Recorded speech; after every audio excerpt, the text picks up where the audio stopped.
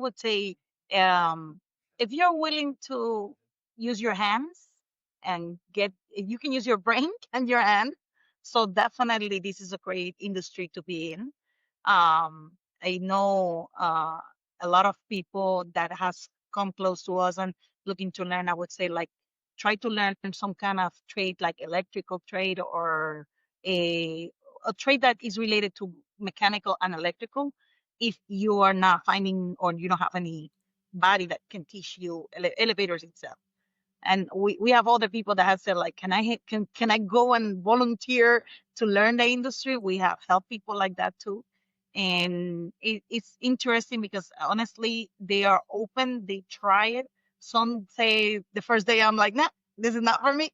And some of them say, I can do this is not that complicated. And once they try it, they fall in love with the industry and they start trying to develop themselves and learn more and more.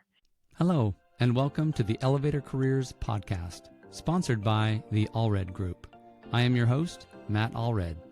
In this podcast, we talk to the people whose lives and careers are dedicated to the vertical transportation industry to inform and share lessons learned, building upon the foundation of those who have gone before to inspire the next generation of elevator careers. When talent is mission critical, call the Allred Group. With industry expertise, top talent, and exceptional customer service, you need the Allred Group on your side. Your priority is their priority.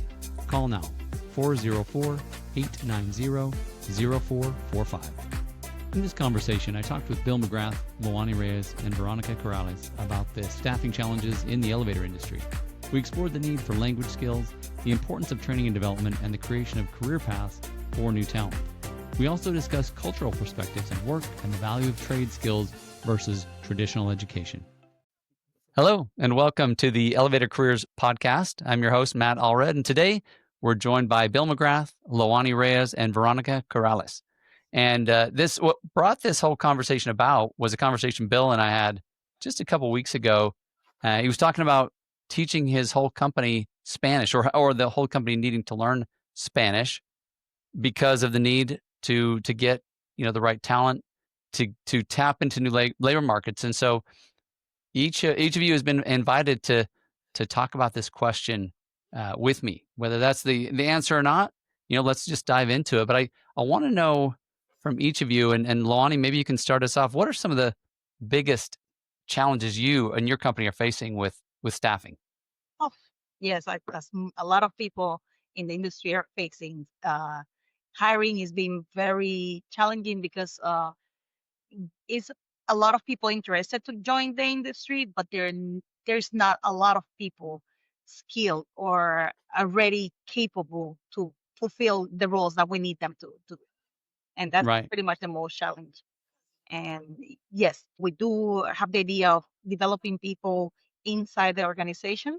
However, that takes time as they Yeah. progress and they learn. But we also have to hire our staff that is already trained. So that's one of the challenges that Absolutely. is getting more scarce as time passes. A lot of the old timers are retiring, and is not a lot of demand of young people. However, we're inviting people from other industry and teaching them, and it's been working out for us. Very good. Very good. Veronica, what are you seeing on your end? And end is a little bit different because I'm in the manufacturing area. So Okay. my people doesn't need those technical skills, but I need people that have been in the field because we assembling everything. We need to know how they work and how everything. Even that it's hard to find people because now we have another problem with the new generation. It is they don't want to take work in technical things. Everyone want to be have an influencer or different careers, more technical, more computer related. And we need people, we need welders, we need people that had to paint, and with all those kind of works are hard to find right now. So in our way, we are teaching them a career. That's our mindset. We want to build a career for you guys. Now you start over here, you're going to learn about elevators, how the elevator works. We have a training center that we assembled all the caps, all the entrances, and show them how to work, how they work. So that way they get in love with the industry. We take it to different events and activities, and we even go to the jobs directly and show them how that works. So they get in love and they see that they can work, but it's a little bit hard to find people, even in our industry that is manufacturing, that works. Yeah, yeah, no, I hear you. Bill, I'm curious, what was it that led you and your team to say, "Hey, let's learn Spanish"? Where were you at when you like, "Hey, this is where we need to go"? Well, it kind of started, I live on the Jersey coast and a lot of home building going on. It seems like the Jersey coast is going through a new transformation, right? And a lot of the trades are Spanish speaking people. Right. And it got me thinking, but it's hard to communicate because I don't know how to speak Spanish, right? So Sure. I'm trying my best, but um, then we just brought on an employee. Um, and when I took him out to dinner, he has broken English, but I told him, I said, you know what? I'm going to get my company and my staff to start learning this. And I'm going to put it as one of my rocks as the CEO here. And what I mean by rocks, my company runs off the EOS system. Sure. So that's how we talk. And I showed him an example in the garage. I figured it out, and he was blown away. And I believe that's an untapped market, right? Because a lot of people, if we can't communicate both ends, because some people are like, and this is my belief, they're like, English is the American language. Okay. And we talked about this, Matt, right? But Sure. I believe Spanish is also the language. Sure. So it's an intermix, right? And probably 20 years we'll have half English, half Spanish, all interlingued in, right? Yeah. And whatever that language will be called then, right? The new American language, right? We call it Spanglish. It's already here. English. Already. Exactly. So, and that's where, and my team's having fun with it. They have to do 5 to 15 minutes per day. I've been trying to do it in my car Mm. because the way I have it set up, because it talks back and forth to you. Oh, nice. And everybody's on the same program. So, and it's really cool. So and plus I think too, as talking to Edwin, it's a sign of respect too, right? Because they're forced to learn English, right? Sure. And we should, especially when it comes to the safety aspects of our industry, that we need to be able to communicate each way. It's interesting as we kind of got into this topic. I was doing a little bit of research and came across. Obviously, I think we all know that baby boomers are retiring faster than we can replace them. They're a huge generation, and so not only do we need to pull from new generations, but there's smaller generations too. And Yeah. then, there's also something I came across, which is like we're not having children fast enough to like replace our population overall. So we kind of need to import some people because, you know, otherwise we won't have a country. We'll just all kind of vanish or something like that. So there's a lot of factors kind of playing into this. And so I think it's important to think creatively. And I love your idea of, hey, let's learn some different languages. Now, one thing that I think, Loannie, you had mentioned, bringing people in house, but is there very much support? I mean, there used to be a lot of like technical colleges around here. It seems like a lot of those have kind of gone away, and even high schools, right? When I was in high school, there were shops and there were, Mhm. industrial arts programs. A lot of those have kind of gone away. Do you feel like there's any support for, for this type of work, or do you feel like you have to do it all in house? I would say yes, and the reason is basically like I mentioned before to you. It was before we have the DNB open a school here in New York City. You mentioned to me that I think that they closed probably because they don't have enough people enrolling. I was told, I don't know why. I was just told that Probably it was that because the idea was to develop more mechanics, mhm, and that's you see the schools they're not focusing in creating more blue collar jobs. Like right. it's only a couple of schools doing trades like electricity, or they're doing eh, HVAC or things like that, but they are not. There's non-school focus 100% in elevators, or they do mechanic for automobiles, they do electromechanics, that they're college and schools that they're doing that kind of training, but focus 100% in elevators. Not the only organization that is the union, and the union is limited to the amount of people that they can hire every Sure. year. So they are not producing enough mechanics ready for the industry. So the non-union companies has to start developing internally their own kind of like training and schools, which is great. I mean, I love it. We start teaching our mechanics. We have internally the trainings for the electrical trainings. We teach them elevators, mechanical stuff, and so we are doing our own training in house.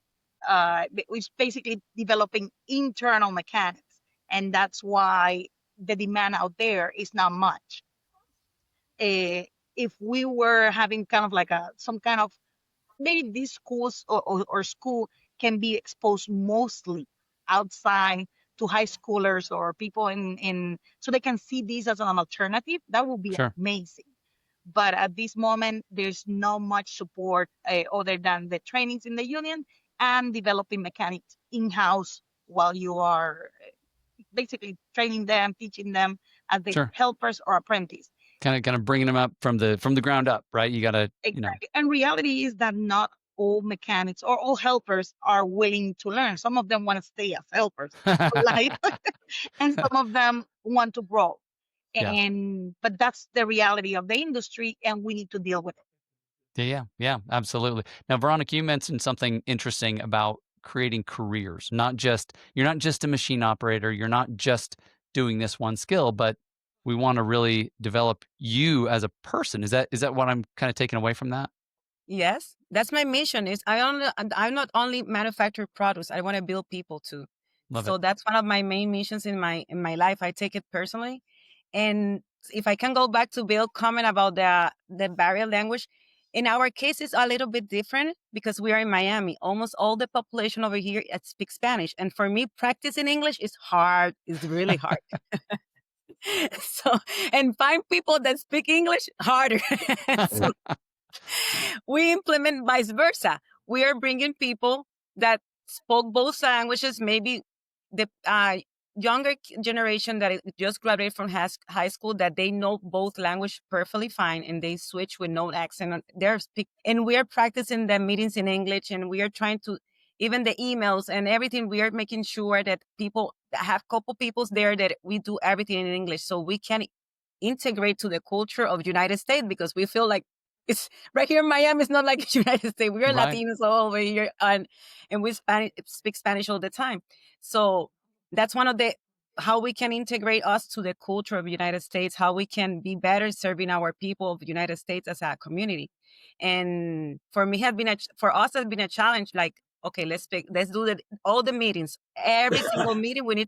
Everyone speaks Spanish, but we need to practice the classes in the meetings in English all the time.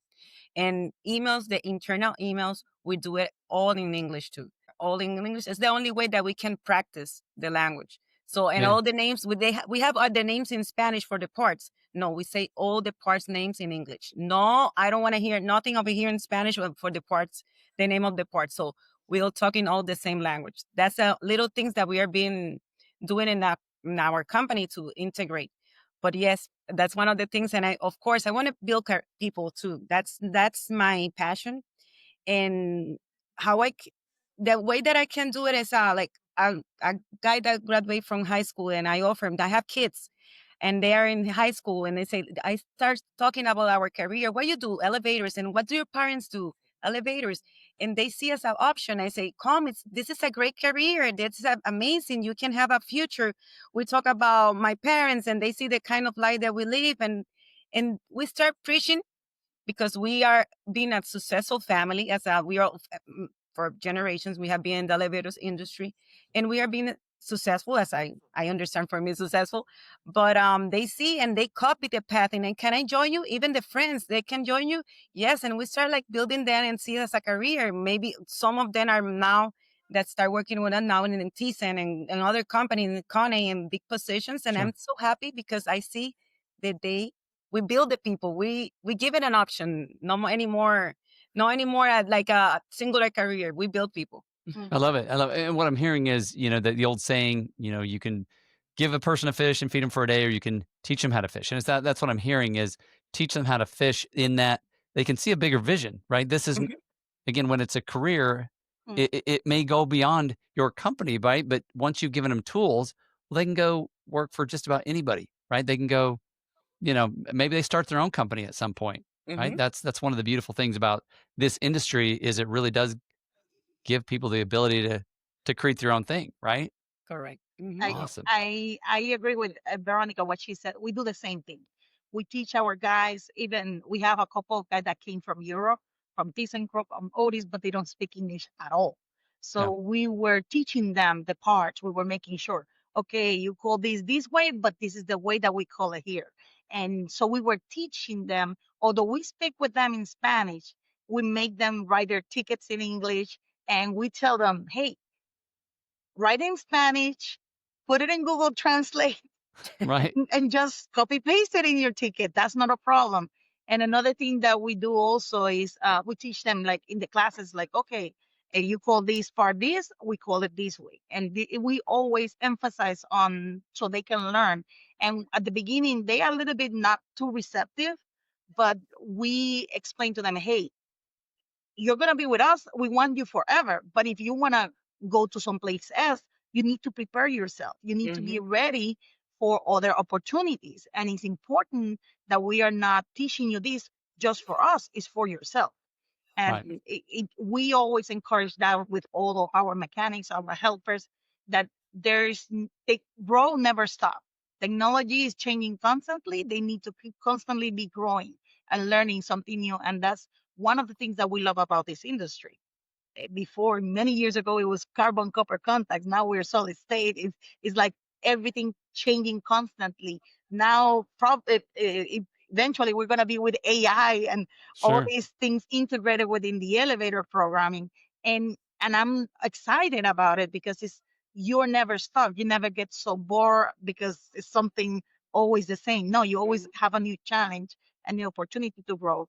And initially, a lot of people are not receptive to that.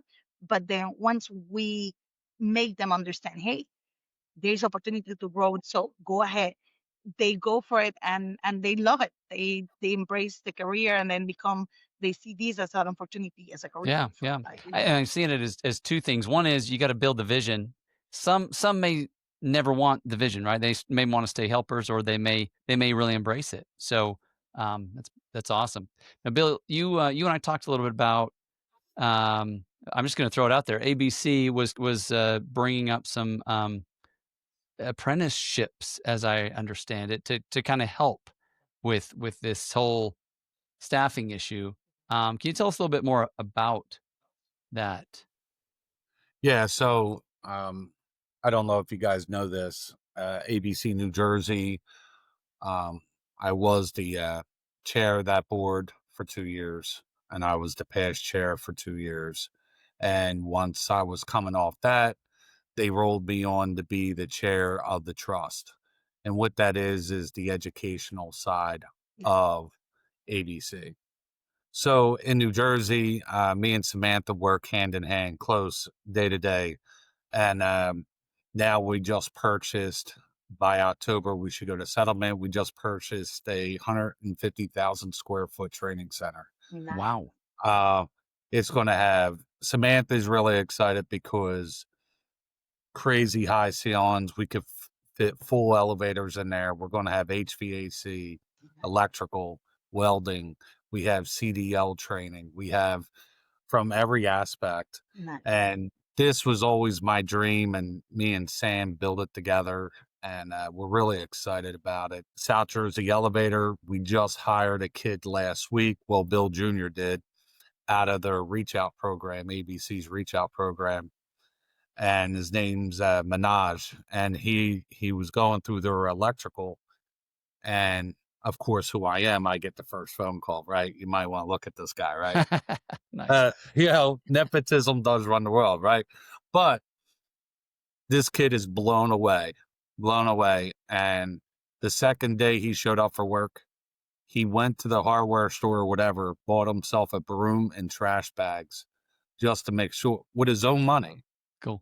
And Junior's like, dude, turn that receipt in. You don't have to buy brooms and trash bags, but I love it. Like, that is, you're going to rock out. And he's working with Edwin, who's our, Spanish speaking guy who is a complete rock star. I mean, it cost me a Morton's dinner to get him over here, and to pull him over, but he loves the culture. But saying that, that's where ABC, because I'm a high believer in the merit shop philosophy. I was union at one time. I look at each of them. Hey, everybody has a choice of religion, right? I don't judge what side you're on. It's all about the industry, right? Sure. But this is where we're opening it up across for everybody to have that spot to get, even from elevator training, even though NEC has the book training, right? And the certification. Sure. ABC openly admitted, we don't care about any of that. Our thing is to make sure that they are state complied and they get their right hands-on training and the proctor center is correct. So there's no BS. We're going to be having a high caliber training center, and New Jersey's the first one to have an elevator training center in the country, and the other 68 chapters are watching to see how that goes. That's awesome. So think about it. 68 chapters, us as industry leaders looking for workforce, right? Sure. This thing goes right. There's more chapters than there is states in our country. For sure. For sure.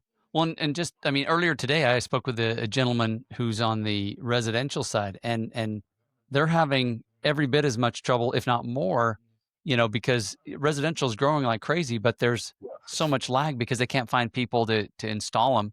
Can't find people to inspect them. They can't find, there's just, that you can sell them all day long. And there's a lot of baby boomers that are retiring and, hey, I want to build my dream home and I want the elevator inside. And, oh yeah, you're gonna have to wait for years perhaps to get it installed because we're really struggling to build those, to find installers. So I think what you're speaking about could really address that issue as well. Yeah. And we also believe too, and it's about the culture too of your company. And it's hard to create that culture because it's the hardest thing to keep everybody happy, right? Sure. So that's where I believe, I know a lot of residential companies in my territory, and the guys are just, they're beat up. They get low pay, beat up. Over here, we have a whole other different type of culture, and that's where they love it. Plus, we have a commercial division. So if these guys or women go through the right stages, now they can be promoted to the commercial side as they're going through their apprenticeship program. So we show them the path of life here.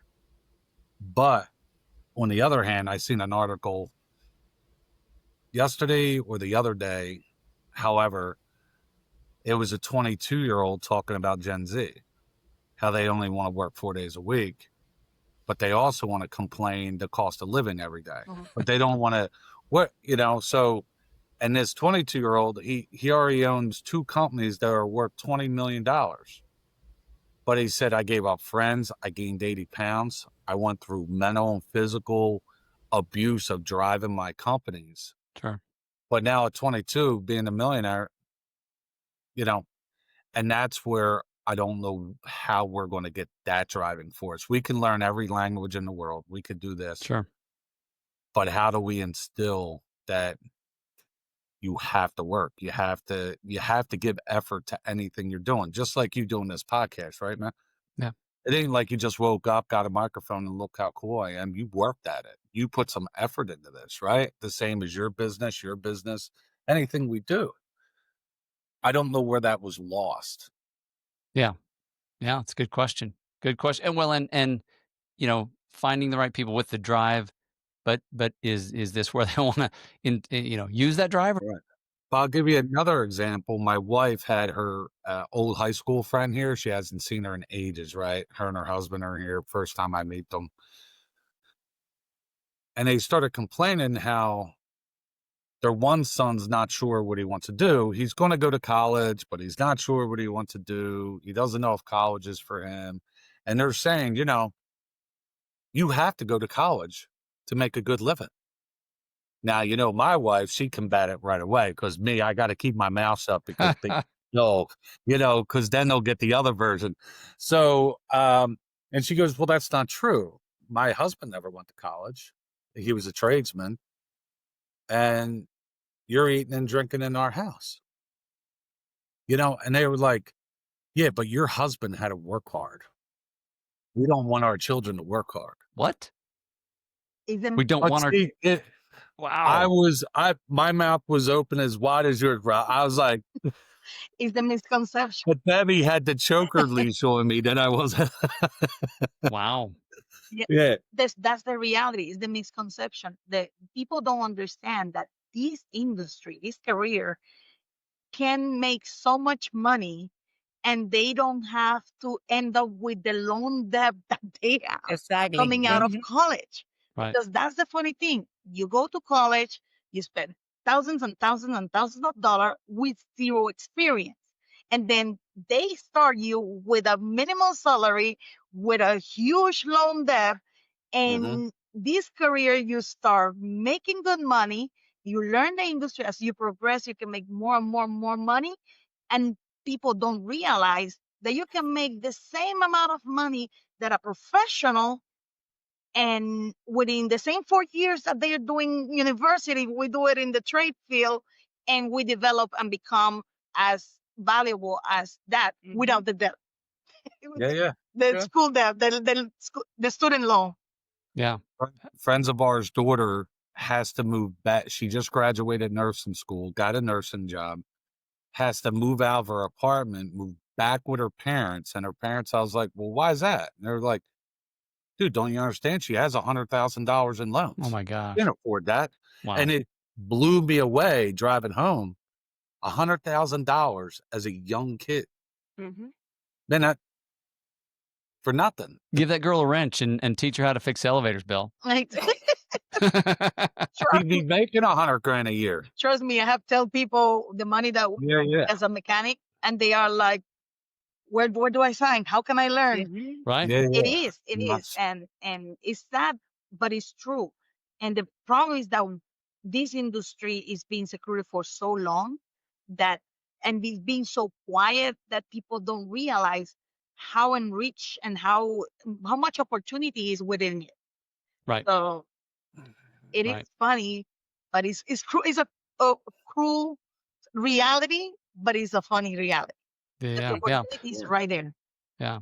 Well, Veronica, you mentioned, your family's been at it. How many generations? May I ask that? Now it's entering to the third generation. Nice. Nice. So as a Yeah. family, you've been in on the secret, right? That Loannie's talking about. It's like for a long time, it seems like if you're in the family, if you're not, you're like, what? Elevators? Are you kidding me?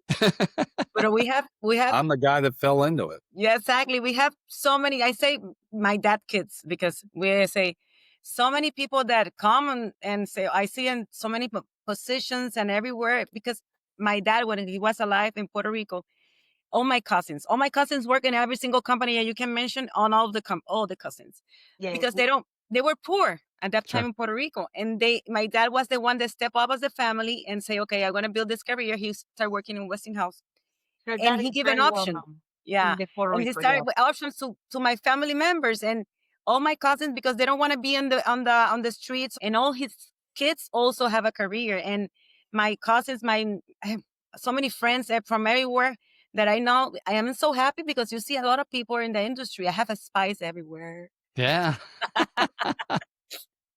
But it's like that in different countries, in Puerto Rico and Dominican Republic and everywhere. Venezuela, we have so many people working in the elevator that start with my dad, and now they spread all over. And it's, you give it an option, because a lot of kids graduate from school. The first 2 years, they're lost, drinking and living the life of their time.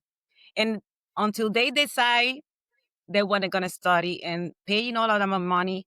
So some of them are my cousin, even my son. My son is in the college right now, and they say, you're gonna study something technical, because I don't gonna pay anything like that. So no, mommy, I want something technical to help you, because he's into the company like Bill's son, like 300%. Right. And but I want to create a fund because that worked for me, at least for me work. And I studied engineering, and I was creating my path to create something solid for me. But Right. it's not for everyone. Not for everyone. It's not the same. So I'm agree 300%. My husband, he studied and then he's finished in the elevator industry too. And he's a great mechanic, and elevators are great. Well, and I think honestly, that's part of the reason I want to have this conversation because not only are people retiring out, not only are certain people, and I don't think it's whole generations, right? But certain people just don't want to do this kind of work. And yet, if it's unknown to everybody that, hey, there are some amazing careers, some amazing jobs, some amazing people, even more than you would realize, right? Just, that if we can just get that word out, that those who are most interested and most qualified and maybe they've got all kinds of skills, but didn't really know, well then, hey, here we are knocking on your door saying, hey, there are opportunities here for you. It's funny like when you said that because it reminded me. eh, my husband and I study accounting. Our bachelor degrees are in accounting. Right. So how we become elevator mechanics? And the funny thing is, it was through his brother. But the funny thing about that is that when we started the elevator industry, my husband's like, I don't know if I should go in becoming a mechanic because I don't want to dare my hands. That was the first concept I started. And because it gives the impression that you hear mechanic and you feel greasy hands, dirty. But reality is that that is not like that. It's not like a mechanic, automobile mechanic. Yes, you're gonna find equipment that is gonna be a little bit dirty and everything like that. But most of the time, if you're doing a good job, you maintain your equipment clean and it's funny because a lot of people see me when I was yesterday doing an inspection in Manhattan, and the guy was talking to me, and he was like, "Hey, are you gonna get on top of the car?" And I'm like, "Yes." "Are you gonna get your hands dirty?" I'm like, "No, I have gloves." It's like, your nails are gonna broke, and I'm like, "No, don't worry, I have everything under control." So it is funny because uh, people think about elevators that they feel like this is a dirty job, and it's not dirty at all. It's Mhm. not a job that you are all the time full of grease from top to head or anything like that. No, it's blue collar job. It's a technical job, but it's a beautiful industry that I really love and I'm passionate about it. And honestly, that's some of the magic. And honestly, it's one of the reasons I love doing these interviews because there's so much passion around people loving what they do. And I don't get that in other industries. I mean, prior to this, I mean, I used to recruit in a lot of other and work in other industries, and it's really hard to describe that to anybody. Mhm. But if they know just how passionate people get, I mean, I interviewed a guy recently, right? 46 years, no plan to retire. Why? Because I love it. This is what I love to do. How do you describe that? It's like you can't know until you actually get in, right? You have to take that leap of faith or whatever it is and try it. My niece, she was working for a law firm. And I told her, like, come, I need you in the office. I need you to work for me in the co-compliance department. I'm like, I don't know nothing about elevators. And I'm like, no, come, I'll teach you. And now she's like, I love it. Auntie, I love it. I want to be there. I want to do this. And sometimes she's calling me at 8 o'clock and I'm like, girl, it's life. And she's like, no, Titi, I love it. Titi is auntie. It's like, Right. auntie, I love it. I want to be, I want to fulfill this. I want to complete this. I want to do that. It becomes passionate when the people start understanding it's exciting for her.